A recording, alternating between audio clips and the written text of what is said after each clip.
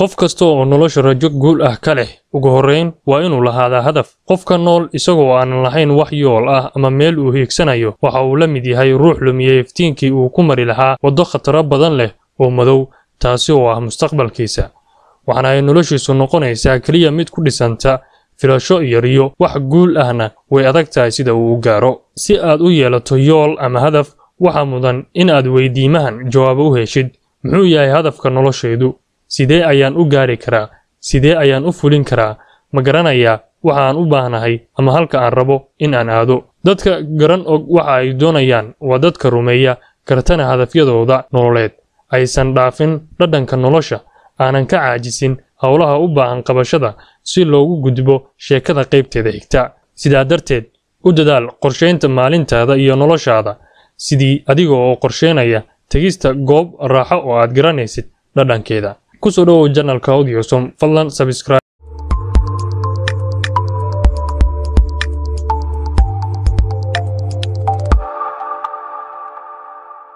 ha ka baqin warqadda cad. hadda u kac, diyaarso warqadda oo calaamadii waxa aad doonaysid. qorshee qor ahdaaftaada iyo riyooyinkaaga kuwaasi oo aad doonaysid inaad dhadhankooda dhadhamisid. tani waa tallaabada koowaad ee guusha. sababaha keena in aynu dib uga guranno qorsheynta.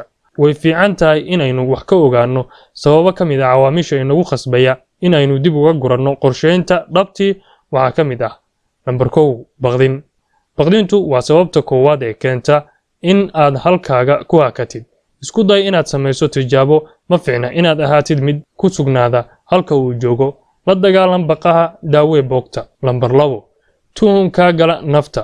ha yareen naftaada. waad awooddaa inaad samaysid. waad kadhaa inaad gaartid buurta dhaladeeda. waxa qof inala mid ah uu sameeyey, maxaa inoo diiday aniga iyo adiga in aynu samayno? number 3, dib u dhigid. dabeecadaha ugu xun ee waqtiga dila waa in aad gadaal marisid waxa aad hadda qaban kartid. ka adkow naftaada, qabo waxa aad qaban karto hadda. number 4, rumaysnaan la'aan ahmiyadda uu leeyahay hadaf. number 5, aqoon yari. waxaa jira dad aan garanaynin sida loo bilaabo iyo sida ay tahay inay u qorsheeyaan waxa ay doonayaan. waxaa jirta awraah dhiirigelin ah oo jina aad looga yaqaano, taasi oo ah haddii aadan garanayn u weydii si aanad u sii ahaan jaahil. marka ku dadaal inaad samaysid barashada wax kasta oo caqabad kugu noqon kara. muhiimadda hadafka. number 1, maamul nafeed. marka aad yeelatid hadaf waxaad noqonaysaa shakhsi hanaansan oo garan og waxa uu doonayo. number 2, kalsooni nafeed. inaad leedahay hadaf cad oo nololeed waxa ay kor u qaadaysaa kalsoonida aad ku qabtid naftaada, waxaana ay kugu dhiirigelinaysaa inaad wax badan qabatid. number 3, caafimaad qab nafeed. markastoo aad horey ugu tallaabsatid dhanka hadafkaaga waxaa siyaada farxadda, waxaana kor u kacaya caafimaad qabkaaga iyo deganaanshaha naftaada. number 4, maareynta waqtiga. kadib calaamadaynta hadafkaaga deedna aad bilowdid shaqada, waxaa hagaagaya qorsheynta waqtigaaga, waayo waxaad ku xisaabtamaysid marka laga yimaado shaqada waa waqtiga. number 5, raaxo nololeed. markii aadan lahayn hadaf cayiman waxaad ku noolaanaysaa xaalad degdeg ah, waayo ma aha noloshaadu mid u qorshaysan, laakiin kolka ay tahay mid ku socota qorshahaaga waa ay ka raaxo badan tahay markasta. noocyada hadafyada. number 1, hadafyo waqtigoodu yar yahay 15 minit ilaa 1 sano, sida inaad booqatid saaxiibka, maryo soo iibsatid ama aad qabanqaabisid xaflad. number 2, hadafyo waqtigoodu dhexdhexaad yahay 1 sano ilaa 5 sano. number 3, hadafyo waqtigoodu dheer yahay noloshaada idilkeed. mabaadi'da 12 ah ee calaamadinta hadafka. number 1, si wanaagsan u caddee waxa aad doonaysid. number 2, waxa waajib ah in uu yahay hadafkaagu mid cad oo aqbali kara in la xaqiijiyo. number 3, doonis dhab ah. number 4, u noolow hadafkaaga. number 5, u qaado go'aankaaga si aad u xaqiijisid. number 6, qor yoolkaaga. 7, cayin waqtiga bilowga iyo dhammaadka. number 8, garo waxa aad karto awoodahaaga. number 9, baro caqabadaha isuna diyaari inaad wajahdo. number 10, hore u soco bilowna. number 11, qiimee qorshahaaga. number 12, joogtee hawlahaaga. hababka loo gaaro hadafkaaga. diiwaan gali hadafkaaga kana yeel mid agtaada markasta yaal. u akhri si joogtaa subax walba.